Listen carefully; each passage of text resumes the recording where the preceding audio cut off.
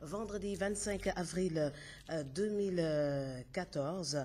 Mandela Show de ce début de week-end qui se passe sur la fréquence 86.6 à Dakar et sur www.safirfmtv.com. Comme d'habitude avec Madame Tako Cham et Monsieur Seydina Sek qui est de l'autre côté en France. Seydina, bonjour. Oui, bonjour Nella, bonjour à tous les auditeurs de la radio Safir FM 96.6 Dakar. Très bien. Bonjour Madame Cham. Bonjour Madame Matrice, bonjour Seydina. D'accord. Bonjour Madame. Auditeur de Safir FM. Très bien. Voilà, donc ñu tàmbalee nag moom comme que moom Seydina léegi mooy ubbi baal bi ah moom daf ñuy may tuuti rek dem liggéeyi donc du ñu def lu dul ñu bàyyi la kaddu bi nga tàmbali buy toj dëkk bi nag jàmm la nga bëgg. Non man tàmbali wu moo xam tey dama comme déjà lu ñu war a wax yëpp wax nañ ko ba pare. waaw xam nga lu ñu naan ñëw Ablaye Wade bi tey moo fi actualité. waaw. Je pense que ni dinañ si jéem a wax tuuti tamit. aha wala su ma sañoon sax ñu jéem leen a proposer benn chronique bi nga xamante ni. waaw. fu mu nekk nii moom lañ génne tey si ajuma bi bon lépp lu ma war a wax yëpp chronique bi da koy tënk. parce que aussi temps bay ñu xoj. su nekkee jàmm rek ñu dégg la. non jàmm lay na nekk jàmm rek. xam nga man jàmm rek laay wax te si jàmm rek laay dox. dafa mel ni suñu waxtaan bi dem am na njëriñ de. non mais xam nga nit ñi dañuy déglu dañuy toog seen biir di làqatu di la déglu mais ñu ngi lay bàyyi xel bu baax. suñu waxtaan bi démb daal ndax am nañ si ndam daal ñu déglu la ba pare ñu toog si ñëwaat. voilà parce que loolu lay ñaan yàlla di wax ba pare nit ñi di si jëlee njariñ. waaw loolu yaakaar naa moo tax a jóg émission bi mais du xastante wala du ŋàññi. si lu wala du kaas. jàmm rek Sénégal. voilà ñu déglu la ñu déglu la.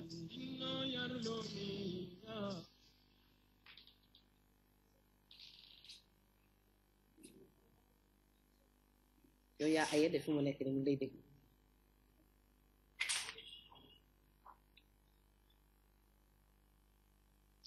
dégg guñu bu baax de Seydina.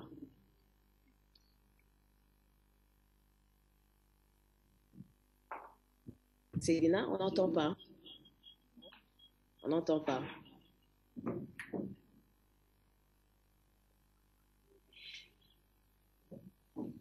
dégguñu son bi. allo. waaw dégguñu son bi. son bi ñëwul foofu wala. son bi ñëwagul de. du côté technique foofu si yéen. waaw. vous m'entendez. C'est à votre niveau. voilà parce que là moi de mon côté. Voilà. Vous m'entendez? Moi, je vous entends, mais le son ne vient pas. Voilà. Ah, d'accord. Donc, il y a un petit problème technique. Comme nous l'avons fait des mots. Voilà, comme d'habitude. Mais li nga xamante ni jot naa voilà li nga xamante ni aussi jot naa ñëw. waaw. tey ci wax mooy kii di Macky Sall. dafa am benn audio bi nga xamante ni tey jii ñi ngi koy gis mi ngi ci internet bi. parce que mooy fu mu doon waxee naan on ne doit pas négocier le droit à la marche. Macky Sall moo ko wax mu ne doit pas négocier le droit à la marche. c'est un droit fondamental. Après si l'État refuse le TPI est là mooy tribunal pénal international. Donc je pense que loolu il était dans l'opposition ba muy wax loolu. tey passem dab na ko moom mi nga xamante ne lu mu doon aaye lu mu doon wax démb di ko ñaawlu. di ko naqarlu tey moom mooy taxaw loolu di def loolu. di dee mel ni la ñu naan terrain de football la. waaw entraîneur supporters yi nekk si tribune bi di seetaan ak ñu si biir terrain bi. coono yi yëg du benn. donc boo nekkee si biir ci opposition da ngay wax loo neex tey bañ toogee tey gis na lépp li nga xam moom la doon kaas démb di ko xeex démb. tey ñoom ñoo koy taxaw di def comme nu Ablaye Wade daan def. donc mooy di ay marche yi di bu xatal ñi seen ak seen yelleef yaakaar naa ni bu ñuy xool chronique bi loolu laa ci gën a toppee ba pare génne si ay témoignages yu émouvant yoo xamante ni entre Abdoulaye Wade ak Macky Sall doon nañ ko waxante ñoom ñaar. nga xamante ne Macky Sall mu taxaw di ko gërëm ko sant ci directeur général Petrosen bu ko noonu ak ministre ak président assemblée nationale. waaw. di ko si delloo njukkal ñoom ñaar mu nekk ay échange yoo xamante ne vraiment ku ko déglu see fee taw.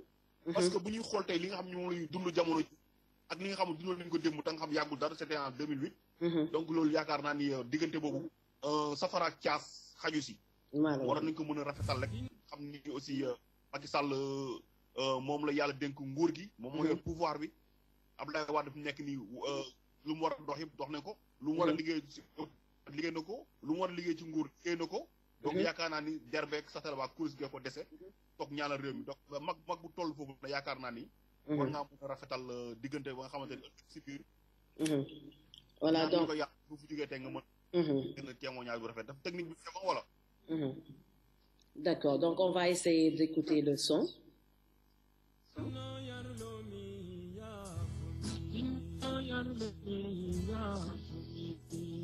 Asalaamaaleykum mbokk yi yéen a ngi déglu seen chronique de la semaine avec Seydina fu si ndax di yabee ndobin dafa fekk garab jege fa wolof njaay da koy faral di wax loolu di firndeel rek diggante waa ji ak góor gi ndax rek laxatu ci ginnaaw pouvoir fàtte ni yàlla suñu borom mayewul dafay dénkaane rek ba tax askanu Sénégal teg la fi malgré ñenn ñi ñàkk seen bakkan ñenn ñi gaañu si lépp di ay deret yuy war a ngaar nga jog si ba yegg si tey si kaw bopp nguur gi askan wi doon yaakaar ay rupture yu jëm si seen àq ak seen yelleef maanaam le droit à la manifestation le droit à la marche et le droit de s'exprimer yooyu di ay droit yu ñu leen xañoon ci nguur wax waxeet bi yow nga bëgg a ñëw continuer loolu ginnaaw ba yaa fi waxoon ni vous serez le président de tous les Sénégalais kon nag àq ak yelleef nit ñi dañu ko war a warmaal ba mu mat sëkk ana lu nit ñi mënut a comprendre ana naka la ab sénégalais bëgg a dellu ci réewam ñu ko koy aaye loolu bokk na ci luy mën a delloo ginnaaw suñu démocratie réew yow waa ji lu njool na nga woon en 99 en 2014 yow waa ji nga bëgg ko bañ loolu nekk lu doy waar ci mim réew nga war a fàttaliku ni askanu Sénégal bugguñu ku ñuy néewal doole askanu Sénégal bugguñu ku ñuy tooñ askanu Sénégal bugguñu ku ñuy bundu xatal askanu Sénégal bugguñu un abus de pouvoir mu jot nag waa ji ñii wër la taxaw wax la dëgg xam ni kat gisaguñu lu fi ñor bañ koy màcc góor gi di wax waxeet 12 ans yi mu nekk ci bopp nguur gi askanu Sénégal fàttewuñu jombe ak toroxtaal ak bundu xatal yu ñu fi def nekk sénégalais yi dund nañu ko mel noonu moo tax ñu denc ko fi teg la fi yow nga war a bàyyi xel loolu respecter les 35% yi nga xamante ni moom la ñu votel te ay sénégalais lañ ab njiit dafay jéggale ab njiit dafay jëlale waaye nag quand on est mal entouré toujours nii rek la ñuy réagiré mu mel ni suñu njiit yi problème entourage la ñuy am saa su ne ba tax ay musiba rek lañ leen di dugal boo fàttali ko fi nga jaara góor gi démb ak berki démb ba tey doog a ñëw xam ni nag rafetal lekk mu am solo ci àdduna bi ndax ëllëg du añ du reer waaye lu mat a sóoraale la moo tax fàttali ko da ciy baax bu ñu dégloo kaddu yii kon ngeen xam ne moom mosuma bañ a sóoraale ci lenn te jiituwuma fi ëpp ma fi xam-xam donc loolu mu koy def ba yàlla def mu yóbbu ma def ma directeur général Petrosen ñu toogati diir mu woo ma pour yóbbu ma ministère de l'énergie des mines et de l'hydraulique première rentrée te amu si lenn lu ma ko laaj chaque fois mooy woo ñëw ne ma Macky je veux que nga dem fii bi ma demee énergie mine ñu dem accident bi am mu tegal ma si équipement mu nekk surcharge bu 10 ba ñu ci génnee Idrissa Seck di former gouvernement moom moo ma woo bureau am pour la première fois ne ma toogal muy defar gouvernement boole ma ci pour ma koy jox xalaat ci koo xam ne ministre nga pare laaj ma loo ci bëgg ma ne ko loo ma si jox baax na finalement ma ne ko kon xanaa ma des fi ma newoon muy mine ak énergie ndax maa ngi la ciy liggéeyal te yaakaar naa ni secteur la boo xam ne je me sens à l'aise mu ne ma kon je vais te mettre ministre d'État parce que ça anoblit comme ça tu vas être premier sur la liste après le premier ministre loolu la ñu nekkee dënk ma cadre parti bi ñuy dem di dem ba jëmmi jamono mu woo ma te loolu aussi dañ ko war a leeral pour l'histoire keroog assemblée nationale boo gisee ñu def li ñu def dañu bëggoon wane ne itam tey jii assemblée bi sa assemblée la les députés sont derrière vous et soutiennent le processus de l'organisation de la conférence islamique et c'est à l'unanimité majorité comme opposition que la ñu voté cette résolution ñun si loolu la ñu nekkuñu si leneen. c'est vrai Macky ñi nga wax parce que addina bi fa doy waar su ma seetee ba ne kii laa bëgg a dénk lii. waaw bu seetee di seet ci Sénégal yi ba ne kii laa bëgg dénk lii. yàlla ak man rek noo ko xam. ne kenn xam ko ku suñu borom tabaaraka wa taala ak moom. ñii nga xam ne nag da nga leen fi fekk ma jox la poste bi. ñii ñoo fi fekk mu jox la poste bi. damay seede ni amul kenn ci ñoom. ne. Macky Sall lu tax nga jox ko lii te joxoon ma ko man. ne gor yii nga fekkoon ci parti bi du nekk ci yàgg ci noo ngi nii toog waaye nag amul kenn kuñ mës a ñëw fëgg bu tëb ne mu recevoir la ngeen ko lu tax nga jox loolu Macky. bu ko defoon danañu ma jaaxal. ne bu ñu ko defoon jaaxal. parce que du ma leen man wax lii wala lëleel. du leen wax lii wala leel la. lu dul sama bëgg-bëggu bopp rek. lu dul rek sama bëgg bopp. yàlla moo ma leen yàlla moo ma xiir rek ci loolu ma def ko te yàlla ma ko sant. kenn mënu ko expliquer ñëpp am na am na ñoo xam ne ñu xam ne woon dugg seen bopp.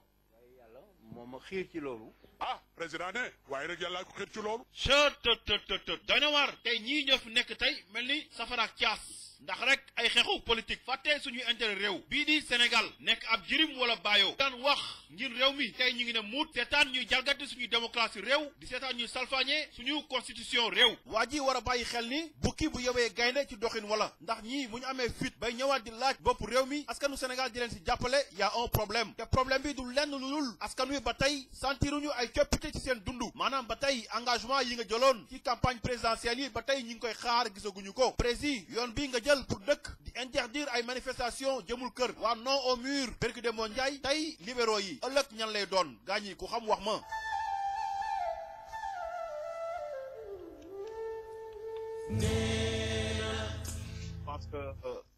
je pense que madame yow en tant que allié war nga mën a xam ëllëg ñan lay doon. waaw donc affaire bi nice na donc xaw daw na yaram en fait c'est comme si ce qu'on a vu hier xam nga démb dafa am benn débat bu am solo boo xam ne dafa amoon ci TFM ndax temps yi moom je pense que l'État suñuy bëgg a communiquer guddi si li ci penc mi wala faram-fàcce fa la ñu jaar donc faram-fàcce la ñu jëkk a def barki démb bi nga fa jógee ñu démb ñu def li ci penc mi El Hadj Mansour tamit dañ ko invité woon téléphoniquement mu intervenir si émission bi démb bu ñu intervenir si émission bi démb lu mu wax daanaka li ak li nga indi tey daanaka benn dafa wàññi son ba fale dafa nuñ koy xatee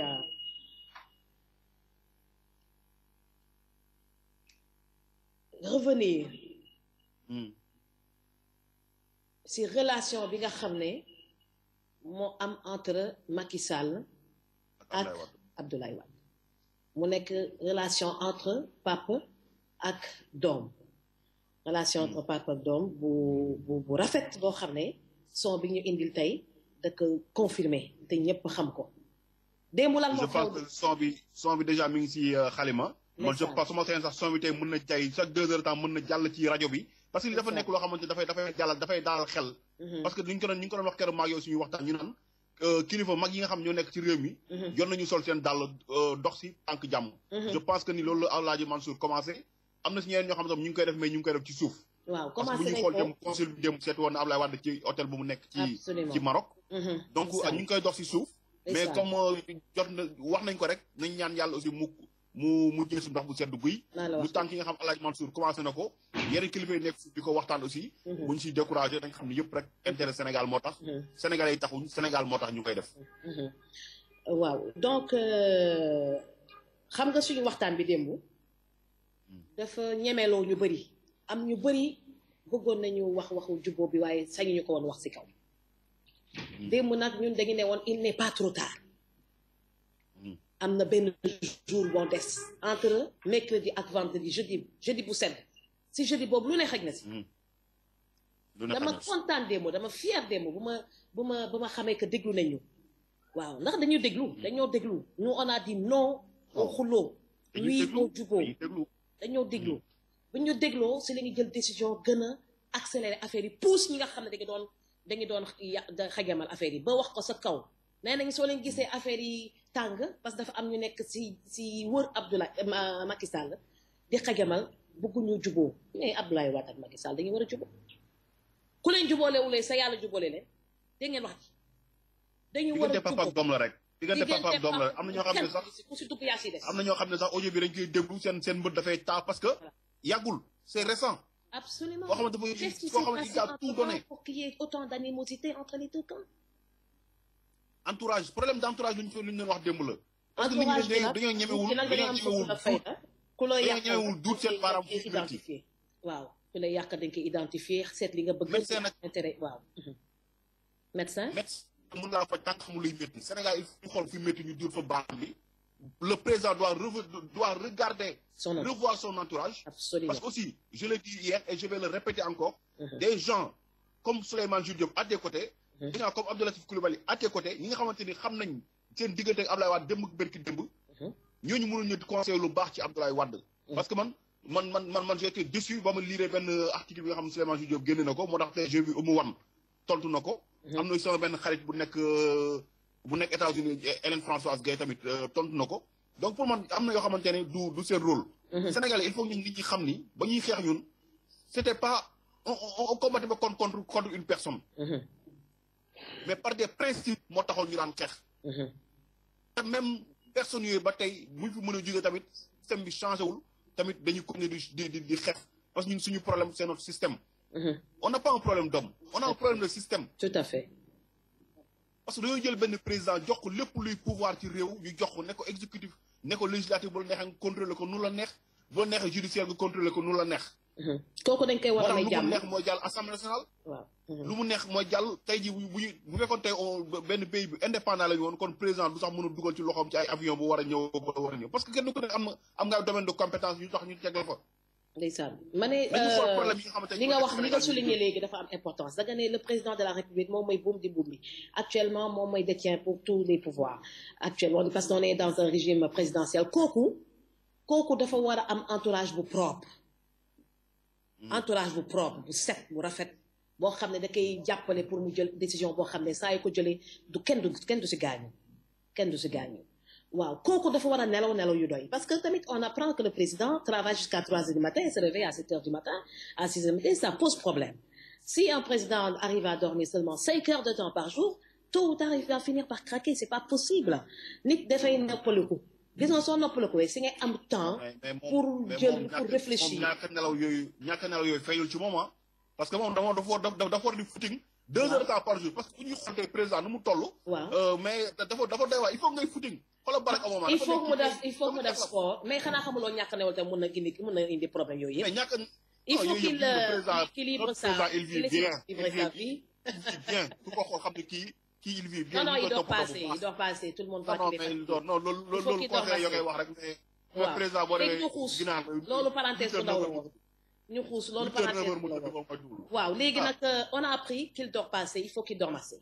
donc parce que soo nelee bu doy kenn du la mën a influencer parce que da ngay ànd ak toutes tes esprits on sent que il y a des personnes qui arrivent à faire certaines choses mu koy échapper da nga wax ji parce que su fekkee tu n'es pas en pleine forme une partie de ton entourage pour en profiter pour jaarale affaire yi jaarale lii affaire bi am conséquences yu doy waar population bi même et cetera donc il faut que il y a des choses à revoir li nga si jàngat tamit démb tamit lu rafet Arona Coumando Fene Diouf sama cousin la Arona Coumando Fene Diouf moom avec dignité la ñëw démb sur le plateau de TFM wax siggi l'attitude que mu ko adopté mooy li ma wax moo am mooy Abdoulaye Wade ancien président de la République du Sénégal xel xalaatul mu ñëw Sénégal ñu koy torox li nga wax ci loolu mu nekk lu am solo ñu xam ne yónni nañ ko pour mu wax bu rafet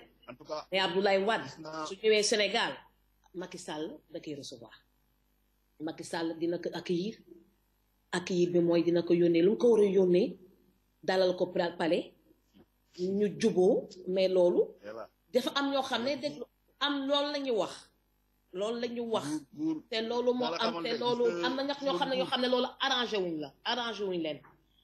wuñ leen parce que le président de la République qui se réconcilie avec Abdoulaye Wade il y a des gens déjà am comment ñuy commencé di lox am na ñoo commencé nañu jël seen bagage am ñoo xam ne dañuy commencé nañ si ko këpp suuf ne dina ñëw wala du ñëw parce que ñëw gis arrangé tu leen gis nga nguur am nañ benn caay-caay bu nekk ci ñoom bi nga xamante ne tey buñ ko waxee gis nga tey ba ñu nit ñi naan dañuy accueillir Abdoulaye Wade keroog bërki démb mais nguur gi dañ na jàll lañ ko def kenn yëgul waa dégg ma ne gis nga tey fu mu ne nii dafa lañ Abdoulaye Wade wàcc ñu jël taxañ yóbbu point ne ko wala kër Madické Niang ne ko yow toogal fii ma ne waxtaan bi li ñu mujjee wax mooy lu d'actualité mooy Abdoulaye Wade su ñëwee dinañ ko teral loolu lañ dugg si bopp Sénégalais te mooy loolu lay ñaan yàlla loolu mooy ñun daal jàmm am rek ci réew ma comme ça ñu xel xalaatu Abdoulaye Wade mën a dal kay toroxal te kenn du ko nangu donc il va kenn du ko nangu parce que Sénégalais bu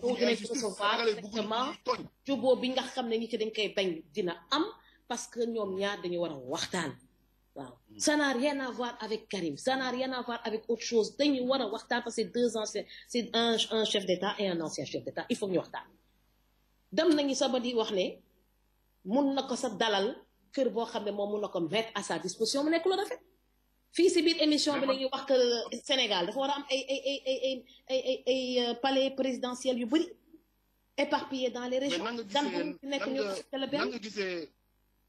nan nga gisee sorte Abdou Diouf bi nga xamante dafa ñëw ne di laaj ci Abdoulaye Wade muy wut Sénégal. loolu déglu ma Abdou Diouf ñun ñoo ko fi jëlee teg fi Abdoulaye Wade su ñëwee bon il y a un petit brin de jalousie dans cette histoire parce que voilà voilà malgré ses 87 ans il a le courage de venir pour vivre au Sénégal pendant que l'autre est resté en France. OK? Donc on encourage les présidents qui veulent venir habiter au Sénégal. dégg nga wax ji dañuy bëgg ay présidents yi suñu wàccatee ñu toog fii Sénégal toog Kébémer toog Touba jeunesse yi di leen di ñëw di set si lu ma gisee si Abdou Diouf lu mu wax lan la bëgg a wax daa war a toog Versailles comme moom lu mu def nu mu toogee France dafa war a ñëw walla la tontu daa war a ñëw. en tout cas dafa war a ñëw dafa war a ñëw ñu teral ko sargal ko xamal aussi jox ko lépp li nga xamante ni. donc il y a un problème d'habitat qui se pose pour les anciens chefs d'État ah c'est le moment de réfléchir sur le statut d'ancien chef d'État dañ leen war a ormal dañu war a am seen i musée fii Sénégal dégg nga wax ji su ko defee bés bu ñu wàccee ñu am fi ñu nekk foo xam ne ku leen bugg a seeti dem seeti leen ku leen bugg a dem ziar leen loolu kan moo ñu ko mën a xañ ñu ñàkk ñu fayda boobu di war ñu damay foofu laay jaaree tàggoo. waaw parce que yow sa foofu laay jaaree tàggoo ko mbokk auditeurs xam naa bàyyi la ak madame Thiam de toute façon man dinaa leen déglu. voilà donc maa ngi gën a xam ni retard bi la rek. Abdoulaye Wade dina ñëw ñu gën a waxtaan mais temps bi la. waaw Seydina ma ne j'espère que yow mun nga. non dina ñëw tey dina ñëw ñu ngi koy ñaanal moom ñu ngi koy dalal jàmm aussi xam ni réewam la ñëw. xam ni réewam la ñëw aussi. je pense que ni boo demee réew jàmm ñu yaatal la war a mën a nekk ni sa réew. dañu la war a mën a xatalee. Sénégal réewu teraanga la ñu ko. oui donc réewam la moom. bàyyi def ay empreinte yoo xamante ne tey jii ñun sag la si ñun parce que ça fait 40 ans yoo xam gisuñu ko fa ba mu ñëwee en 12 ans lañ ko fa gis. quoi quel que soit boobu problème mooy à quel prix d'accord mais am na fa ay yoo xamante ne vraiment dañ koy xool ne fàng lii ku ne lu la fàng kenn du ko jeex. ñu ngi koy ñaanal mu ñëw ak jàmm dal ak jàmm fekk ci réew mi jàmm xam ne aussi même peuple fi nekkoon peuple boobu la moo fekk tey peuple bañ ko doon xeex démb nekkuloon dañ ko bañoon moo tax ñu koy xeex. ay principe lañ doon xeex te bëgguñu aussi ku jàggati suñu charte réew. te même peuple boobu tey ñoo taxaw tey ba Macky Sall ne ko commencé di yàq ñëwam fii même peuple boobu ñoo taxaw di ko xeexal. parce que c'est pas les militants du PDS ñoo génnoon ci mbedd ma ñooy génn non. Sénégal ci moom bëggul injustice. absolument ci bokk ba ñu ko dàq ci parti socialiste ay anam yu jaar yoon Sénégal dañu ko jàppale. élection législative 98 may ko ci 11 députés. comme un groupe parlementaire. Idrissa Seck bañ ko génne tamit Sénégal dañ ko jàppale bañ ko xeexee dañ ko jàppale ba mu jël deuxième ci élection 2007 yi. Macky Sall bañ ko xeexee tamit Sénégal dañ ko jàppale ba mu jël réew mi tey. injustice moom n'aime pas l'injustice. absolument. voilà. donc maa ngi leen gërëm di leen sant di leen jox daje ba suba incha allah. voilà à demain et merci beaucoup. merci.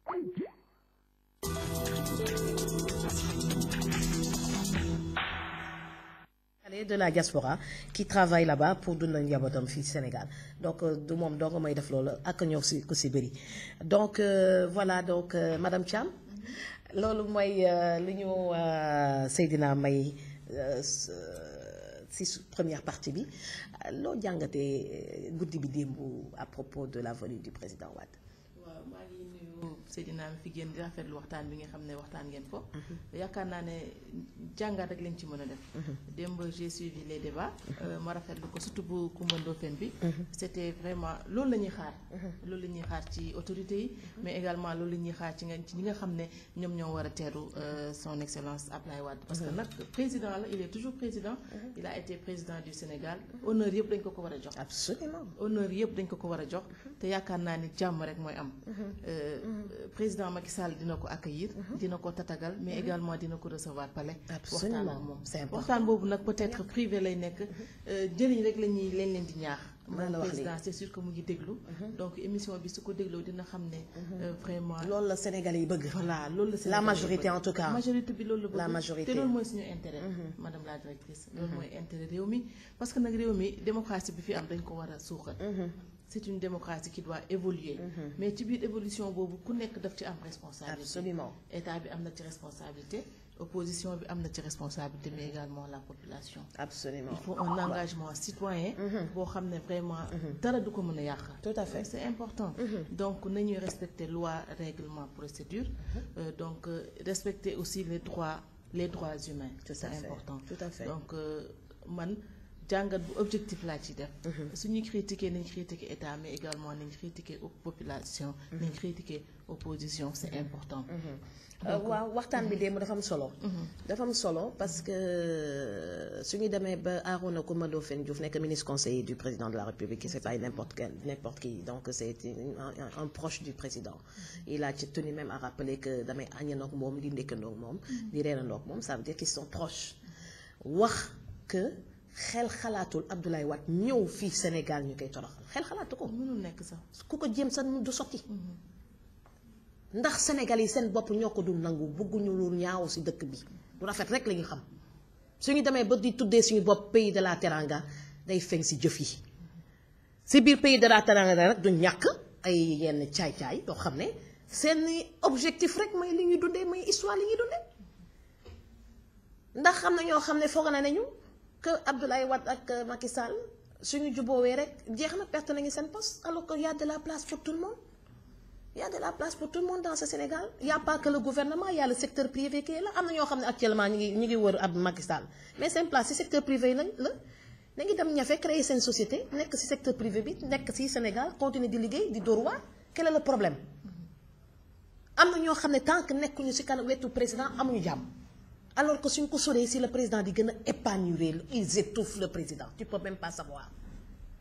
Même soo fa nekkulee soo ko xoolee à l'extérieur tu vois qu'il étouffe fatt dañ ko fatt wër ko ndomb mais quand même un être humain est un être humain a besoin de se reposer a besoin de se distraire a besoin de communiquer avec toute la classe politique mouvance présidentielle ak opposition mënuñu ne ab président Macky Sall diw rek la war a recevoir téléguidé affaire yi kii du fi duggee mel ni ku nekk dafa am ñaari Sénégal benn Sénégal ma fi am parce que suñuy def élection képp ku am carte électeur dañ lay ubbi bureau de vote du ñu ne yow mi war doo voté ñëppay dem voté ji ñi am carte électeur kon suñu demee ba résultat yi génn dañu war a bàyyi quand même président bi recevoir muy tamit le président de la République qui doit recevoir ni mu Abdoulaye Wade loolu dañ ko war a négocier sinon ça devient ridicule nom de Dieu c'est tellement une évidence hein. La première personne bu mu war a recevoir defe naa fii ci Sénégal mooy Abdoulaye Wade et personne d'autre ndax ñaari président ñu joxante lenge ñooñu communication warul dagg seen diggante su daggee seen diggante dossier ya xar ndax lu ñuy wax que les hommes partent mais les institutions demeurent mais day fekk tamit ñuy communiquer bu affaire yi jëm kanam dans l'intérêt de tous les Sénégalais donc dalal ak jàmm lañ ko mën a wax. C'est pas un invité, hein? On va lui bienvenue, bonne arrivée comme dit les Togolais, et il rentre chez lui. Quel est le problème? Il rentre chez lui. Quand il va au palais, mais c'est pas en tant qu'invité, hein? Il va voir son fils au palais. Et ça c'est important. Eh bien, ça va pas plaire à tout le monde. Ça va pas plaire à l'AFP. Ça va pas plaire au Parti social. Que ce n'est que des gens qui se communiquent. Ils ont dit. Voyez? bi génn bi ñu gën mujjee dégg moo dalal xelu ñépp mooy jàmm waaw ndax communiqué yi ngi dégg bari nañu ku ne yaa ngi foog ne yaa ngi faire plaisir yaa ngi neexal Macky Sall di xam ba rek Abdoulaye Wade nit ay la lu mu doon def waratu ko def mais quand même on est en 2014 les gens il s'est passé tellement de choses et puis ñun ñii sa léegi màgget nañu suñu doom yi sa lu ñu mun ñun mënuñu ko kon suñu papa yi ak suñu maam yi pare nañu kon loolu kay rafetal rek moo fi sës si biir rafetal bi nag Abdoulaye Wade il faut que ñu bàyyi ko mu régler ses propres comptes avec sa propre famille sa famille libérale régler ses propres comptes avec suñu mënee noppi rek retardataires yi ñoom suñu ñëwee rek perturbé ñu waaw Moustapha Aw su noppee rek dinañu may jàmm ñu mun a eggali waxtaan bi.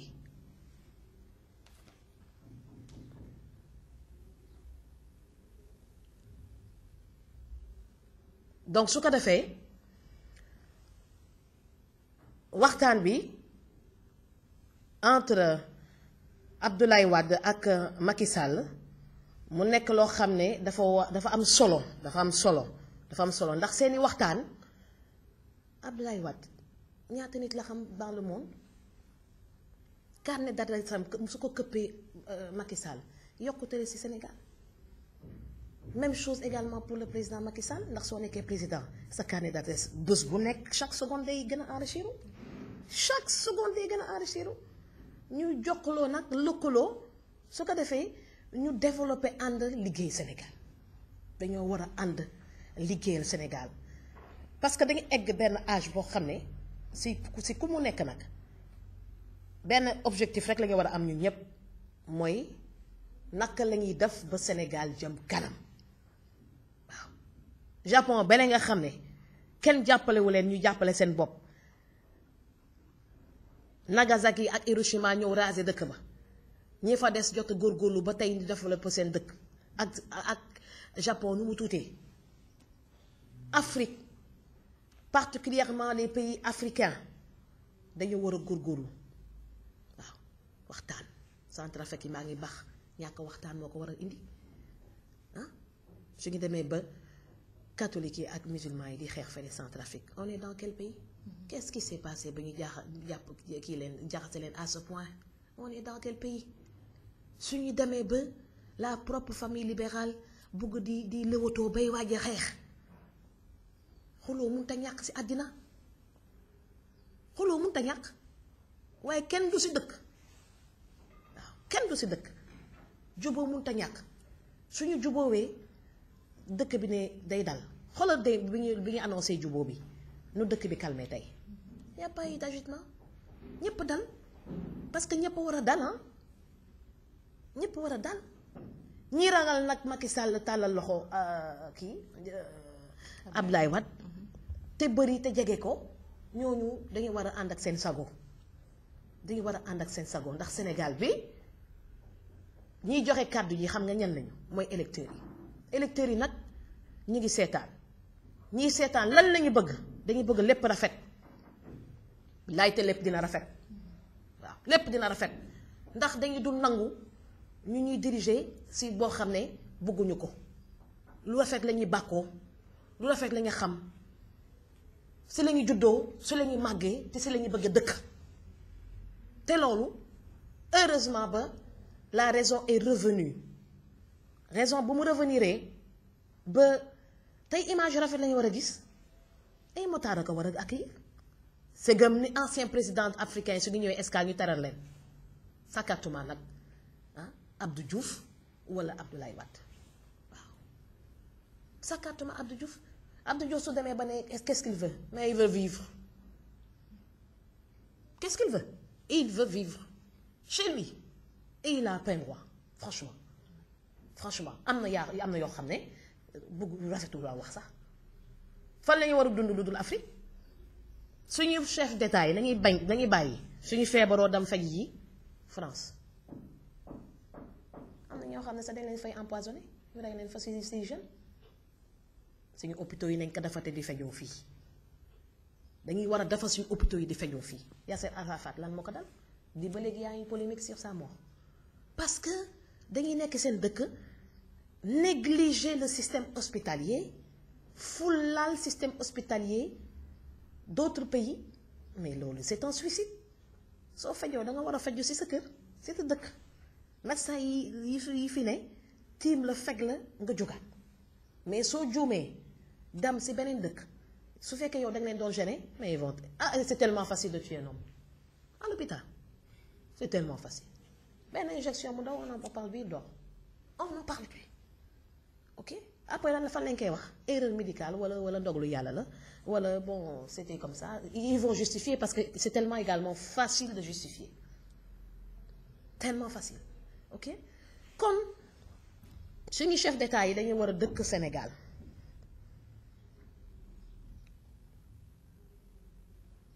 suñu demee ba ne ñépp xam nañu que Abdoulaye Wade këram yépp dafa nekk en chantier. Ça veut dire qu'il n'a pas eu le temps de préparer son départ. Il n'a pas eu le temps de préparer son départ. Donc, et ça pose problème. Ça pose problème. Le président était en train de construire son siège, d'agrandir. C'est le premier siège, que fait les Colobane, ils n'ont même pas eu le temps de le réfectionner correctement. C'était tellement symbolique. Hein? Un jour, j'ai demandé le forêt, le 12, et j'ai demandé le numéro de téléphone du siège du PDS à Colobane. Eh bien, ça n'existait pas. Hein? Ou bien c'était suspendu. Hein? Pendant qu'il était président de la République. Ça veut dire qu'il y a des problèmes d'organisation. C'est la même chose également quand j'ai appelé le 12 pour demander le numéro de téléphone de servir le Sénégal. On m'a dit carrément que ce n'était pas répertorié.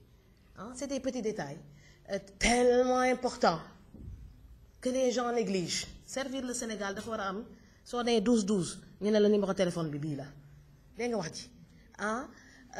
APR, Dakar, wala Kaolack, wala Saint-Louis, soit 12-12, c'est des détails yoo xam ne gars yi dañ koy faral di négliger lu am importance kon dañuy dul am temps sax toppatoo seeni bopp tellement que dañuy nekk di recevoir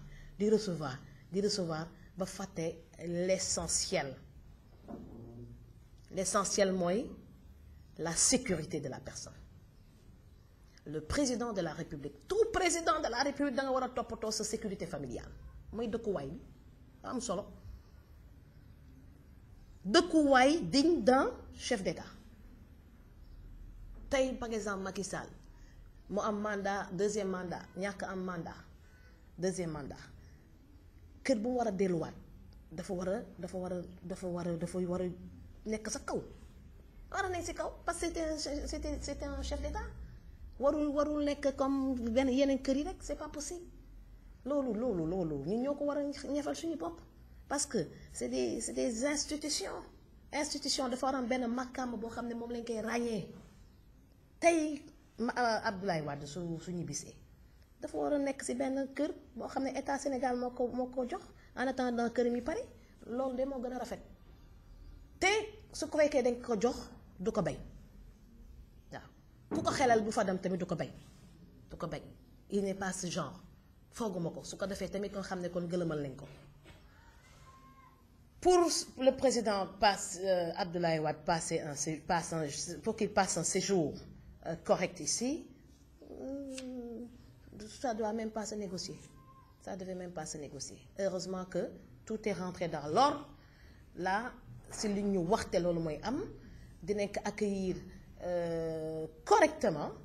État Sénégal moo ko war a accueillir correctement État Sénégal su ñëwee nag waxtaan ak famille am. Parce que il est venu régler tamit ses comptes. Son fils est en prison. Des ténors de son parti, chacun a créé son propre parti ou son mouvement. D'autres ont transhumé. Ñeneen ñi ñu ngi toog di ko xaar.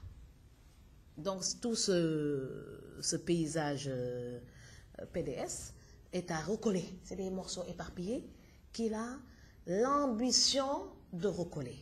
Ce sont ses intentions qu'il a dit avant de quitter la France. Te bu muy quitter la France Sénégal moo ko yóbbu ba Orly xam nga loolu tamit kon lu rafet la ndax loolu la ñu yëgal que Sénégal moo ko yóbbu ba Orly kon kay diggante bi waru woon ñaaw bay génnee armée ka génne ak lépp waru am kon ñi ne si diggante bi nag ba léegi di leen nag continuer di fexe lu bon parce que tey soo yeewoo si journaux yi. Finalement dañuy bëgg a lëndëmal nit yi ba kenn xamul ndax Abdoulaye Wade dina ñëw wala du ñëw parce que mooy pexe ba léegi ñi nga xam ne su doon seen sago mu dellu Versailles tëdd foofu nelaw waaw kon ñuy xaar affaire yi cat bañ see dugg mu comme que yéeneem moo doon ñëw Sénégal yéene ba egg waaw seytaane bañ see rax lu tax ñu koy naawtal muy toog comme su fekkoon Sénégal c'est le Sénégal de tous les Sénégalais. Donc ma bàyyi la nga liiral ñu presse bi tey parce que presse bi tey soo ko liiree sa bopp bi day xaw a jaxasoo da ngay ne waaw Abdoulaye Wade dina ñëw wala du ñëw ah donc si li ñu yaakaar mooy dina ñëw te su ñëwee le président de la République Macky Sall a donné des instructions fermes pour ñu teral ko loolu nag du neex ñu bëri du neex ñi nga xam ne ñoo doon agité temps yi te dañuy bëgg nag Sénégal dal ndax majorité Sénégal yi moom la ñuy bëgg kon ñu ngi lay déglu.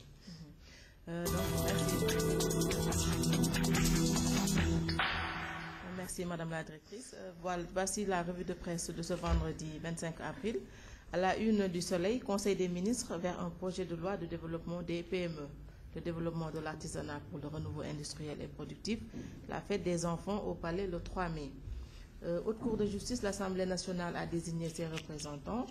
Élection locale, démarrage du dépôt des listes hier. Les partis invités à notifier les noms de leurs mandataires. Louga, Matam et Kaffrine, 25 milliards de francs CFA pour des infrastructures agro-silvo-pastorales. Santé, l'hôpital de la paix de Ziguinchor ouvre ses portes. Monde du travail vers la généralisation des comités d'hygiène et de santé. Décentralisation et aménagement du territoire, ces délimitations, source de conflits entre collectivités locales. À la une de l'Observateur, audience au palais, Macky reçoit les ex-réumistes. Youssou Diagne, Wali Fall, Ousmane Chongan et Maître Nafissatou Diop s'engagent aux côtés de Macky. Annoncé à Dakar cet après-midi, nuage sur le retour de Maître Wade. Il faut une dérogation spéciale pour atterrir à Dakar. Il a loué un nouveau jet privé allemand. L'appareil doit faire le trajet Casa-Dakar-Saragosse. Il a perdu 50 millions de francs CFA dans la location du premier jet privé. À la une de la Tribune, l'ex-président attendu aujourd'hui, 1000 incertitudes sur le retour de Wade. Aucune requête n'est déposée pour l'atterrissage de son avion. Le gouvernement sera responsable de tout retard de l'avion selon le PDS. Micmac autour de 20 milliards de francs CFA vers une seconde mise en demeure pour Taïbou. Wade en verve, c'est Macky qui donne la popularité à Karim. Les femmes de l'APR mettent Wade à sa place dans une maison de retraite. Khalifa Sall avertit, on se retrouvera comme au Mali si la vie politique ne reprend pas. Professeur Malik Ndiaye, Wade ne doit pas être associé à des bêtises. À la une de la Tribune Sport, faute de combat, Yekini, entraîneur de Yekini Junior. Barça, Messi s'explique sur ses vomissements. Cristiano Ronaldo, certains ne voulaient pas que je joue. Milan, la famille Berlusconi repousse une offre de 327 milliards. Bayern, Beckenbauer tacle le style de jeu de Guardiola. Liga Europa, Benfica, peux-tu croire? À la une de Direct Info, le doute plaine sur l'arrivée de Wade prévue aujourd'hui. Viendra pas. Valdiodio Ndiaye sur la posture affichée par Wade, c'est normal même s'il manque d'élégance. Élection locale à Guédiawaye, l'union sacrée entre Gakou, Aliou Sall et Cheikh Sarr.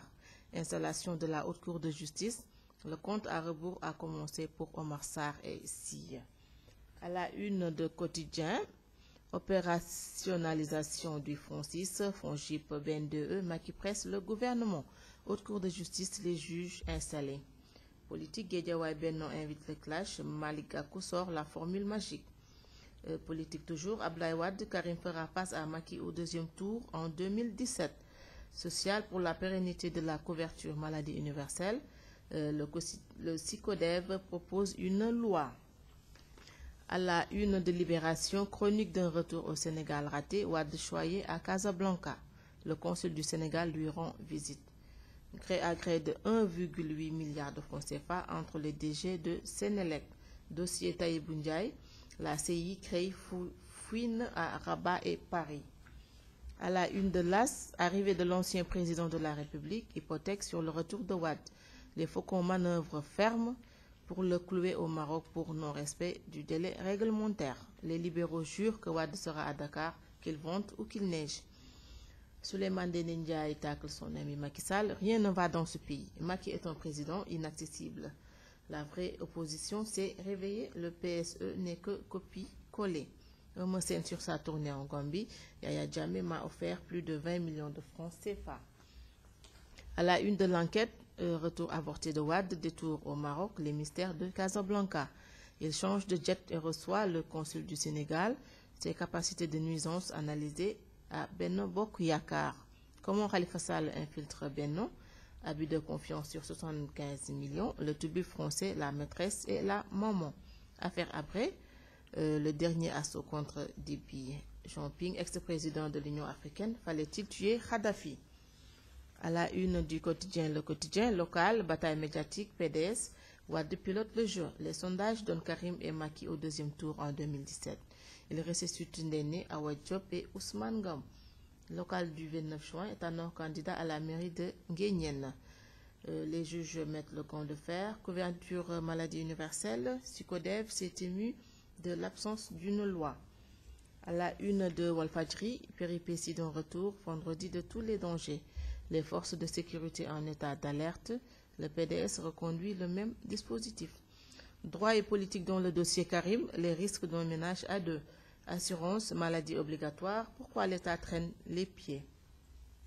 À la une de Populaire, l'AFP confirme son unité et son ancrage à Benno. Wade attendu à Dakar aujourd'hui après son retour avorté mercredi, un vendredi lourd de menaces. Le PDS met en garde Macky contre tout retard de l'avion de Wade. Ousmane Tanor Dieng, il faut que Wade comprenne que l'État a le monopole de la violence. Installation de la Haute Cour de justice à l'Assemblée, les 8 députés jugent des ministres de Wade élus. À la une de Stade, le quotidien du sport, athlétisme, meeting de Dakar du 15 juin, 3 inquiétudes à lever pour sauver l'événement. Espagne, meilleur buteur, bataille pour le Pichichi 2014. Cristiano Ronaldo, 28 buts, Diego Costa, 27 buts, Lionel Messi, 26 buts. Khalilou Fadiga, ancien international, le match contre le Kosovo me fait rire. AS Pikine Jaraaf ce samedi.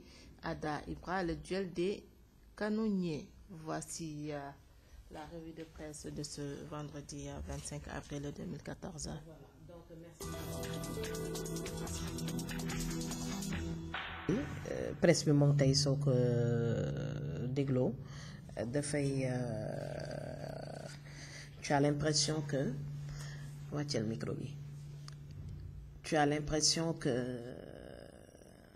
il y a des personnes en fait qui ne veulent pas voir Wade au Sénégal te mu nekk loo xam ne jaaduwul. Le président de la République Wade doit venir au Sénégal di dem di dikk comme nu mu ko bëggee ah loolu waruñu ko ragal. Au contraire dafa war a nekk lu naturel. C'était le premier Sénégalais des Sénégalais depuis 12 ans de 27 ans d'opposition loolu ko soo ko amee si sa dëkk da nga ko war a ormal mais warloo ko xeex. tey nag moom vendredi bi moom ni mu tàmbalee nii moom defe naa sedd na waaw sedd na ndeysaan te dina sedd ndax suñu réussir de lu leen Arona Commando Fène Diouf wax démb ñoo si am ndam dinañ si am ndam ndax dina rafet wone ñi ragaloon ba commencé wax bu leen génn bu leen jaar si yoon bii ambassade France commencé woon na salit ñeneen ñi tamit yeneen ambassade yi ñu ngi doon waaj a jóg ko defee ñoom dañuy ñeme touristes yi ñëw investisseurs yi ñëw ñu ñeme Sénégal image boobu la ñu war a offrir Sénégal li ñu war a offrir Sénégal mooy image wu dëkk de paix dëkk jàmm dafa am solo parce que dëkk bi su amee jàmm fa la nit dina amee sañ-sañ ñëw ne dafay ñëw vacances nga xam ne soo demee kenn du la otage kenn du la rey kenn du la def dara Mali xam nga touristes yi wàññeeku nañu dans un pays dès qu'il y a un mouvement politique agité les touristes et les investisseurs quittent parce qu'ils ne vont jamais se sentir en sécurité. C'est pas au moment où on parle de Sénégal émergent, où on parle de milliards, où on parle de local, où on parle de dépôt, c'est période de dépôt des listes entre le 24 et le 29 juin, avril, c'est la ñuy jaxase dëkk bi non loolu xel xalaatu ko. Par contre il y a des gens ñoo xam ne loolu rek moo leen intéressé créer ay tension su ko defee dëkk bi tàng jër et après ñu am la ñuy bëgg nit di ngay ànd ak moom te doo ko yéene jàmm. Président de la République ñëpp xam nañu coalition bu mu nekk am na ñoo xam ne il ne souhaite que sa défaite loolu rek la ñuy souhaité pour jël place am loolu ñëpp xam nañ ko alors que dañu woon souhaité que mu réussir ndax su réussir Sénégal yëpp ay réussir ñi nga xam ne nag da ngay nekk ci diggante bi di xam ba Sénégal yëpp gis nañ leen identifier nañ leen jarul sa yër jarul sa seet ñëpp gis nañ leen ñu jot a saalit a bëri fekk 15h ak 18h di nga gis ñu ñeneen ñu saalit waaw ndax c'est révolu période bi nga xam ne da nga doon def dara te kenn du yëg léegi nit yi da ngay yore seen ordinateur ak seen télévision seen rajo rek di seetaan ay vitrine nag di seetaan loo munti def si lu baax ak si lu rafet nit yaa ngi koy gis soo foogee ne kenn gisul la fekk yow ñu ngi lay gis ñu nekk Chine ñu ñuy gis ñu nekk Australie ñu ngi gis ñu nekk Japon ñu ngi gis ñëpp ñuy seetaan dañuy dem ba presse internationale bi actuellement dañuy intéressé aussi dossier Sénégal la ñuy def toute la presse internationale s'intéresse aujourd'hui au vendredi du Sénégal. Je pense qu'aujourd'hui on est le 25 avril. Le 25 avril dafa war a nekk benn vendredi bu set boo xam ne ça doit être comme les autres jours. Ça doit être comme les autres jours. li may wax nag moom dina am ñoo xam ne dinañ si kontaan dina am ñoo xam ne même si biir PDS dina am ñoo xam ne bëgguñu que Abdoulaye Wade kii jubo Abdoulaye Wade si boppam moo la ko gën a xam ndax interview bu mu accordé keroog jot ji si Orly loolu la wax nee na je suis venu réconcilier toute la famille libérale y compris Macky Sall même si certains ne sont pas d'accord même si certains ne sont pas d'accord donc faut qu'on ñuy wax au palais noonu la amee autour du président Abdoulaye Wade waaw loolu moom fii lañ koy baax toujours léegi nag ki jiite nag mooy am fulla bi rek mooy am fulla bi pour lu mu bëgg mu am lu mu bëgg mooy jàmm mooy réconciliation loolu defe naa warul jafe fii ci Sénégal léegi nag duma def lu dul tàggatoo ak équipe bi bàyyi programme mu Safir FM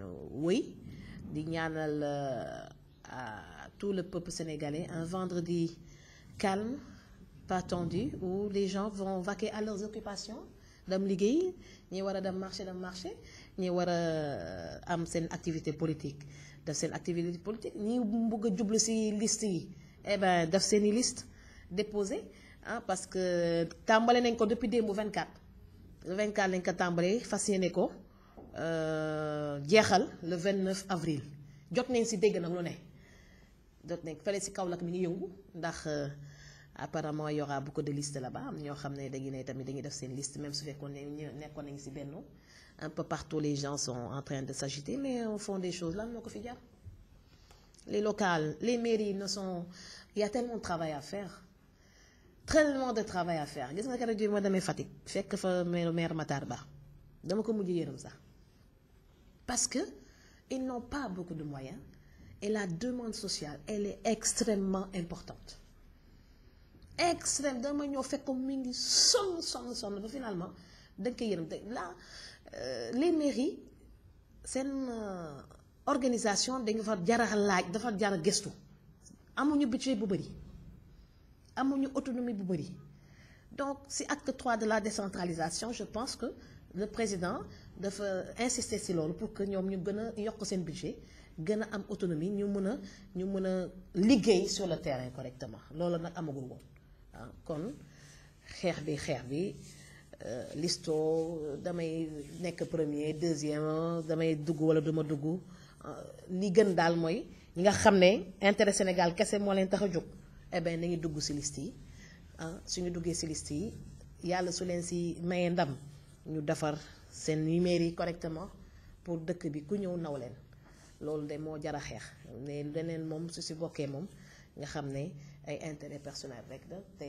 société su fekkee intérêt personnel la si c'est pour s'enrichir c'est pas à la mairie qu'il faut aller pour s'enrichir si c'est pour s'enrichir c'est ailleurs qu'il faut aller mais c'est pas à la mairie voilà donc loolu laa leen doon bàyyil di leen jox rendez-vous demain et je pense que demain ce sera beneen waxtaanu suba teel Mandela Show bu neex où on va nous dire que le président est correctement arrivé il est rentré en paix et que tout s'est très bien passé. ak pëndax ultra pur buy ak bisaab Valda yii coono jàmb ak segg jeex na set sell bari ay ferñeent yu baax